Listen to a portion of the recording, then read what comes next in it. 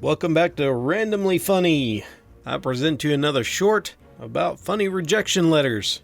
I've compiled some of the best that I thought you guys might enjoy, because I certainly did. So without further ado, let's go.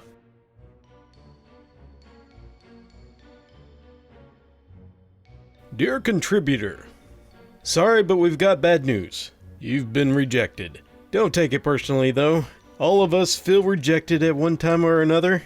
At least that's what our group therapist tells us here at MAD. He says we shouldn't worry about it. So that should be your attitude.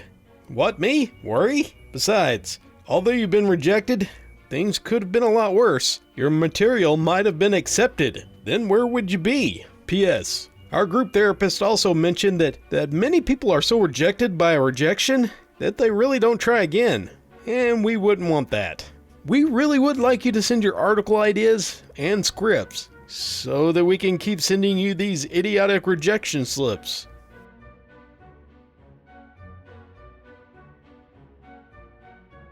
Dear Bad Writer, unfortunately, it falls to me to inform you that Harlequin will not be publishing your novel, Kisses in January. While it is customary to send out a form letter in cases of such rejection, your novel was so strikingly inept, I felt that I had to say a few words. 1. You are not welcome to submit any future work to our offices. 2. Both myself and my assistant are considering legal action against you for wasting our valuable time with your relentless tripe. Among the areas needing vast improvement, description, character development, and dialogue. The less said about love scenes, the better. Should this novel have been published, it would have likely resulted in the end of modern book sales. Trying to forget, Judith P. Esterman, Editor, Harlequin American Romance.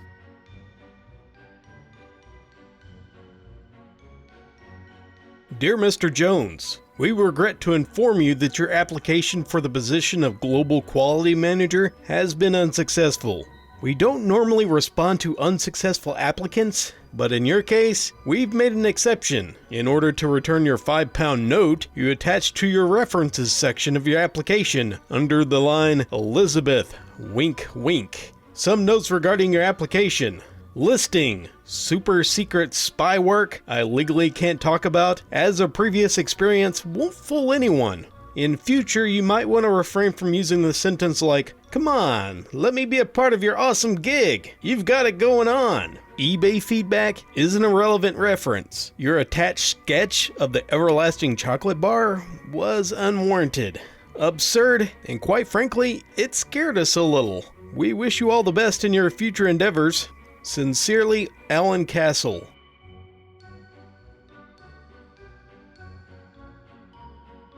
Dear Miss McGann, thank you for your interest in Harvard College.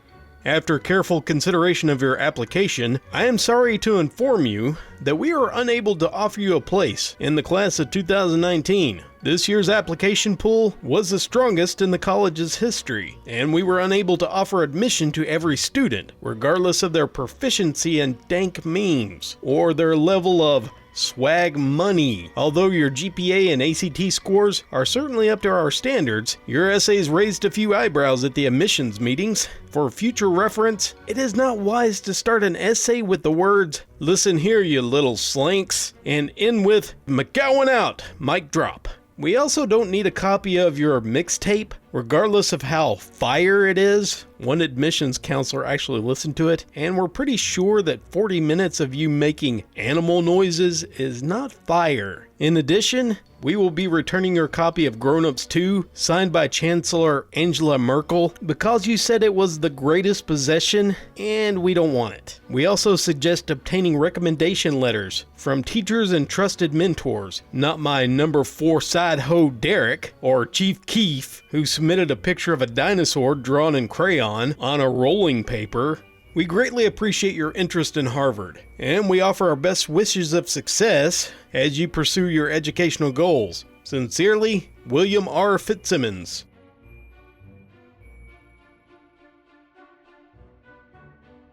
Dear Mr. Jones, We thank you for your interest in our work. Unfortunately, though, we have no interest in your attached sketch entitled A Breakthrough in Awesome Space Rockets. Now give me some money. We've long been aware of the science behind the reaction between Coke and Mentos, so believe us when we say there is no practical use for it in our work, even if we did use a load of Coke, as you so eloquently put it. Regardless, regarding your application, if it can be called that, to become a spaceman, we regret to inform you that we're not looking for anyone at this present time. Besides, it takes years of hard training to become an astronaut, and is not, as you suggest, something so simple that a chimp has done it. To learn more, we suggest you read up on your so-called idol Buzz Aldrin, who we assumed you were referring to when you wrote Buzz Lightyear. Due to security concerns caused by your attachment, we weren't able to return your mints that were glued to your original letter. Sincerely, Stephen Malkovich.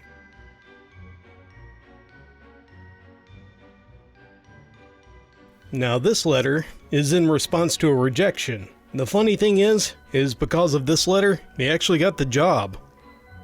Dear Mr. Williams, I was naturally somewhat disappointed to receive your rejection letter yesterday. Of course, it was not unexpected in the view of the great number of people who interviewed with you. Imagine my surprise, though, when I opened my mail today and found yet a second letter of rejection over your signature.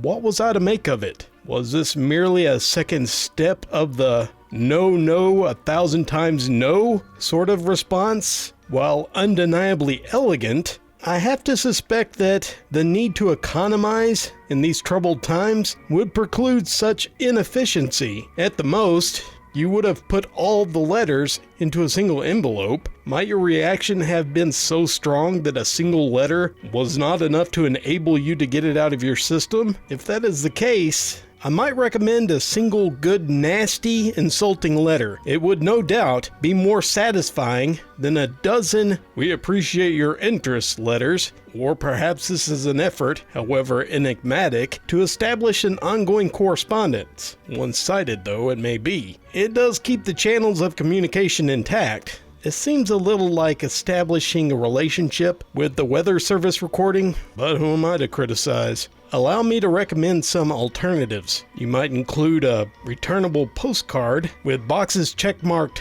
"Yes, I am now thoroughly convinced that you have rejected me," and "No, I am not yet persuaded. Better try again." Be sure to include one of those skinny little pencils if you choose to adopt this idea. Another possibility that you should consider is to establish connections with a local firm, which can economically call me up in the morning and reassure me that I am still rejected. You could have your Los Angeles office, with which I did not interview, send me a rejection letter. Why, come to think of it, you might even open up some foreign offices, so you could send me rejection letters in a variety of languages. But enough of my ideas. Best wishes, whatever you decide.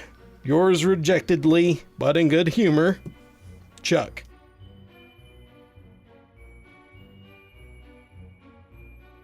Here's another one from NASA. I thought it was so funny I decided to include it. It starts off with a word from the applicant.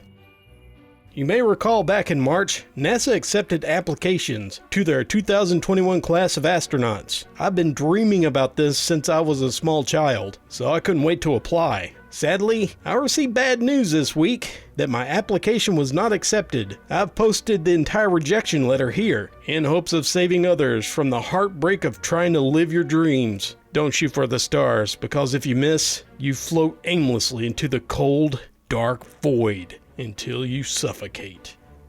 Dear Alexander, we regret to inform you that your application to be our astronaut candidate program does not meet our stated qualifications. We normally do not write a detailed response to applications of this type, but there were a few matters you raised in your application that we believe need to be addressed. First, and most importantly, you do not meet the minimum requirements of a master's degree or higher in a relevant field. According to your application, you have seen Masters of the Universe and think that should count. It does not. To be generous, we looked over your provided transcripts, and it seems you haven't taken a science class since 10th grade chemistry, in which you received a C+. You even took the time to note that your teacher that year was an idiot, and that doesn't help your case with us. As a personal note, I like to suggest that it's not healthy for a person of your age to still take the time to settle scores with your high school teachers, but that's beyond the scope of this letter. In the section for your relevant skills, you only said that you enjoyed the scene in Apollo 13, where they made an effed up air filter out of socks, which is not what happened, and that you liked space Legos almost as much as the pirate Legos as a kid. Why would you specifically mention Lego if the space one wasn't your favorite? That doesn't make sense. Perhaps you can apply to be a pirate. It was completely unnecessary of you to include a list in the margins of your application with reasons to pick me over those nerds, since the purpose of the application was precisely to show us why we should hire you, and also the very people who are reading this are those nerds. Even still, your reasons were particularly unpersuasive. In future applications to any employer, we advise you to refrain from mentioning that you have always wanted to poop in a vacuum cleaner. As for physical qualifications, while we no longer require pilot experience, your request to always sit in the front seat because I get a little motion sick does not instill confidence. You used a whole section to order food. Seriously? Note, I have been instructed to notify you that we do carry astronaut ice cream in all of our gift shops and online, since that was 90% of the reason you're applying. Perhaps you can satisfy yourself that way. Lastly, we have read your supplementary page of questions for us, and while this is also not standard procedure, out of an abundance of generosity, have decided to answer some of them. 1. No, astronauts do not currently get a +1 to the moon. 2. Yes, you would be required to notify your wife if you are going to the moon. I'm sorry, she is a worrier. Number 3. No, we would never agree to your request for no meetings before noon. Number 4. We have no idea what you mean by, does riding a rocket feel similar to riding a washing machine? Sorry. 5. Yes, we are sure there is only one moon. 6. No, we do not need your suggestions for new names for our administration. And anyway, we're space ninjas, so suck on that, Russia. Doesn't fit current government naming guidelines. Number 7. No, we would not be personally hurt if you applied to the Russian space program at the same time. Good luck with that. Number 8. We cannot and will not respond to your question, can I still jerk it up there?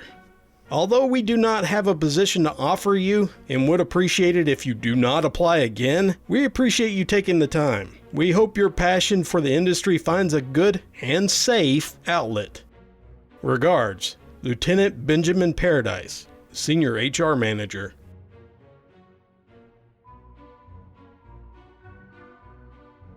Dear Mr. So-and-so, your name has been submitted to us with your photo, and I regret to inform you that we will be unable to use your body in our centerfold. On a scale of 0 to 10, your body is rated a -2 by our panel of women, ranging in ages from 45 to 55 years. We tried to assemble a panel of women in the age brackets of 20 to 35 years, but we could not get them to stop laughing long enough to reach a decision. Should the taste of the American woman ever change so drastically so that bodies such as yours would be appealing and appreciated in our centerfold, we will notify you. In the meantime, don't call us, we'll call you. Sympathetically yours, Amanda Townsend, Playgirl Magazine.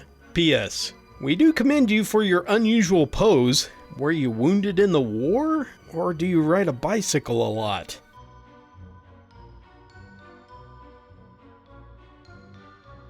Thank you very much for joining me for this. These were fun to read. At the end of this week, I have a TIFU, and next week, I'm going to have a neckbeard experience. Thank you for joining me. Special thanks to my patrons. Your help is greatly appreciated. If you want to become a patron, just follow the link in the description. Your help would be greatly appreciated. Thank you again for watching, and until next time, this is Dallas, signing off.